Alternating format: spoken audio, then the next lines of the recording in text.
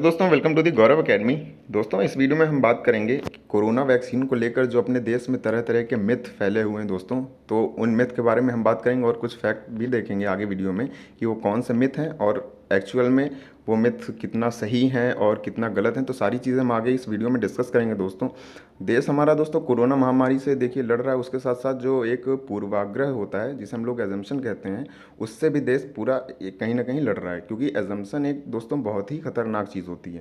अगर आप किसी के बारे में आप अपने से एग्जाम्पल के तौर पर समझ सकते हैं कि अगर आप पूर्व धारणा पहले से बना लेंगे किसी भी इंसान के बारे में या किसी टॉपिक में या किसी भी चीज़ के बारे में, तो वो बहुत ही खतरनाक चीज़ हो सकती है वो, क्योंकि आपके माइंड में एक तरीके से नेगेटिव इम्पैक्ट कर सकती है। तो हम आगे समझेंगे कि कौन कौन से मिथ हैं और एक्चुअल में फैक्ट क्या है।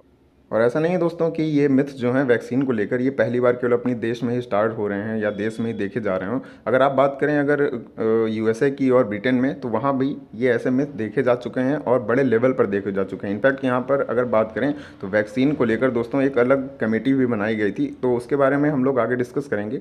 तो वीडियो आप लोग पूरा देखेंगे जिससे आप लोग को एक नॉलेज मिल सके और अच्छी क्लियरिटी मिल सके कि मिथ क्या है और एक्चुअल में फैक्ट क्या है कोरोना वैक्सीन को लेकर। तो चलिए वीडियो स्टार्ट करते हैं हम लोग। तो दोस्तों जो कोरोना वैक्सीन को लेकर जो एजम्पशन फैला हुआ है वो बहुत ही ज़्यादा हमारे माइंड को और हमारे पूरे सोशल जो हमारा समाज है उसको बहुत ही ज़्यादा गलत इम्पैक्ट कर रहा है। क्योंकि आप देखें अगर कहीं भी एक पूर्वाग्रह या एजम्पशन फैल जाता है तो हमारा माइंड फिर उस सिचुएशन में नहीं रह पाता कि हम क्या सही है क्या गलत है, इस चीज़ को हम क्लैरिफाई या डिफाइन कर पाएँ सही से। अगर एजम्पशन की बात करें तो ये एजम्पशन ऐसा है कि फिर ये कोरोना वैक्सीन के अगर हम पर्पज़ से बात करें तो ये ज्ञान विज्ञान को भी एक तरीके से तुच्छ मानता है। और एजम्पशन कुछ ऐसा नहीं होता कि रात में आप सो रहे हैं और सपने में आया कि मुझे वैक्सीन नहीं लगवाना है, मुझे ऐसा सपना आया था, तो ऐसा कुछ नहीं होता। क्योंकि जो एजम्पशन होता है ये एक ग्रुप के द्वारा ये क्रिएट किया जाता है और जो पूरे समाज में धीरे धीरे ये फिर फैल जाता है।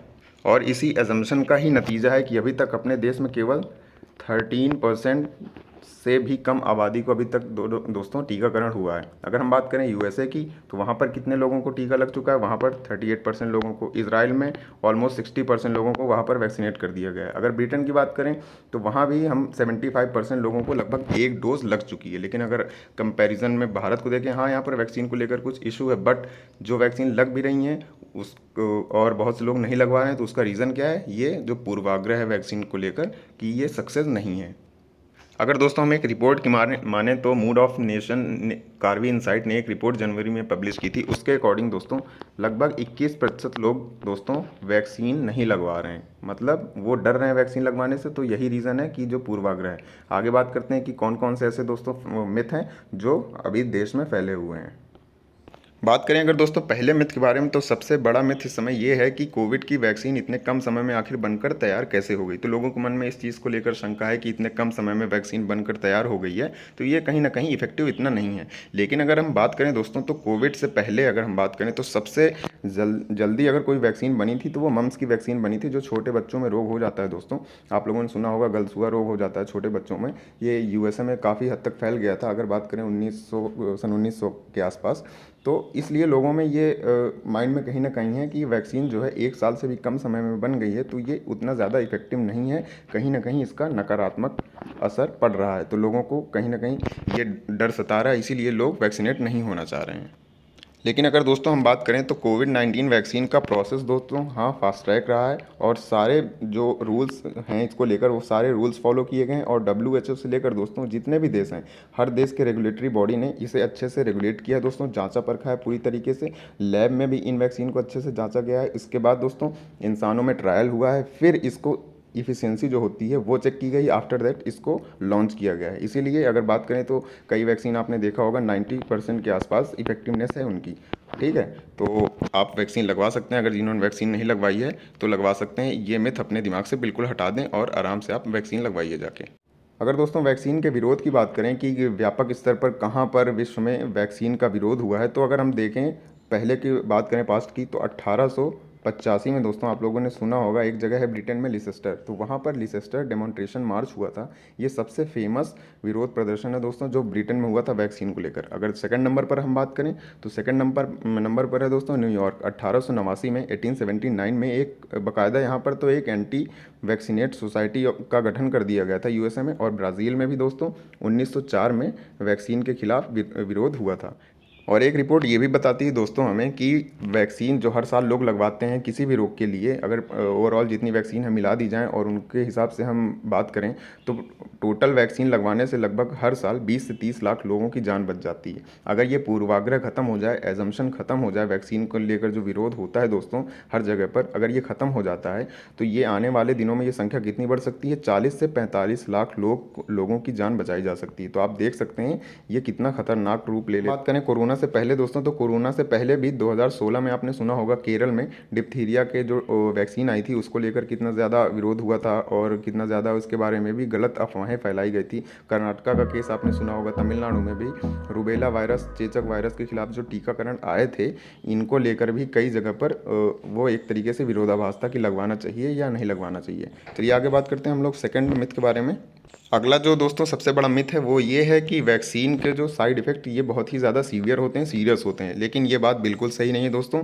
वैक्सीन हाँ, इसके कुछ हल्के फुल्के जो साइड इफ़ेक्ट हैं, फीवर आना और भी तो पेन होता है, स्वेलिंग हो जाती है, तो ये साइड इफ़ेक्ट हाँ देखे जा सकते हैं। लेकिन अगर बात करें सीवियर कंडीशन की तो लगभग 10 लाख लोगों में दोस्तों 10 लाख लोगों में 130 लोग ऐसे पाए गए हैं अभी तक दोस्तों जिनमें कि सीरियस हाँ थोड़ा सा सिम्टम्स देखे गए हैं वैक्सीन लगवाने के बाद। तो ये मिथ जो है ये भी कहीं ना कहीं दोस्तों गलत है, तो आप लोग इस पर भी बिलीव ना करें। अगला जो मिथ है दोस्तों वो ये है कि वैक्सीन लगवाने के बाद जो इम्यूनिटी डेवलप होती है वो जो ड्रिंकिंग करते हैं लोग, जो अल्कोहल का सेवन करते हैं, उससे जो इम्यूनिटी होती है वो कमज़ोर हो जाती है, मतलब कम हो जाती है। तो ये 100% दोस्तों गलत बात है। मतलब कि ऐसा कुछ नहीं है। शराब पीने से हाँ डॉक्टर मना करते हैं कि लीवर में है, हार्ट में प्रॉब्लम हो सकती है, इसलिए डॉक्टर मना करते हैं, लेकिन इम्यूनिटी कमज़ोर नहीं होती, ऐसा कुछ नहीं है। अगर बात करें इस मिथ की तो दोस्तों ये मिथ है, ये रशिया के कुछ लीडर्स ने फैलाया था। उनका कहना था कि वैक्सीन लगवाने के कम से कम 3 महीने बाद भी आप लोग अल्कोहल का सेवन नहीं कर सकते, बट जब इसकी जांच की गई तो ऐसा कुछ प्रूफ नहीं हुआ है। इनफैक्ट अगर आपने न्यूज़ में पढ़ा होगा तो यूएसए में तो लोगों को फ्री में बियर दी गई थी, जिससे लोग थोड़ा सा मतलब आगे आएँ, जो लोग बियर के शौकीन हैं वो पिएँ और इसी बहाने वैक्सीन लगवाने आएँ। तो ये यूएसए में ये चीज़ हो रही थी। तो ये जो मिथ है ये भी पूरी तरीके से गलत है। चलिए बात करते हैं अगले मिथ की। अगला दोस्तों मिथ है कि जिन महिलाओं को पीरियड्स है उनको वैक्सीन नहीं लेनी चाहिए। तो ये भी मिथ दोस्तों पूरी तरीके से गलत है, इसमें कोई सच्चाई नहीं, ये एक तरीके से मिसकंसेप्शन है। क्योंकि जो महिलाओं को पीरियड्स है उनमें वैक्सीन की जो इफेक्टिवनेस है इसका कोई लेना देना नहीं है। वैक्सीन पूरी तरीके से कारगर है उन महिलाओं पर भी, और इनफैक्ट जो प्रेग्नेंट जो महिलाएँ हैं उनको भी वैक्सीन लगवाई जा रही है। तो ये भी मिथ दोस्तों पूरी तरीके से गलत है।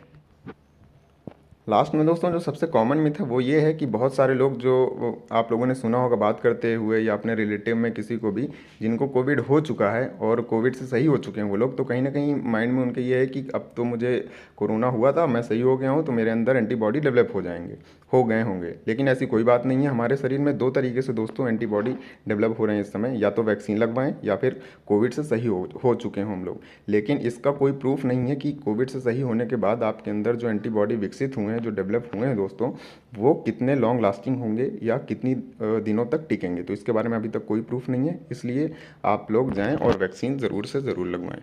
दोस्तों अगर आपको जानकारी अच्छी लगी हो, वीडियो अच्छा लगा तो प्लीज़ लाइक ज़रूर करें, शेयर करें और ज़्यादा से ज़्यादा लोगों को वीडियो ये ज़रूर शेयर करें, जिससे लोग भी समझ सकें कि क्या मिथ है और क्या फैक्ट है, और किसी भी पूर्वाग्रह में ना पड़ें और अपने विवेक का इस्तेमाल करें और वैक्सीनेशन में पार्टिसिपेट करें। धन्यवाद दोस्तों।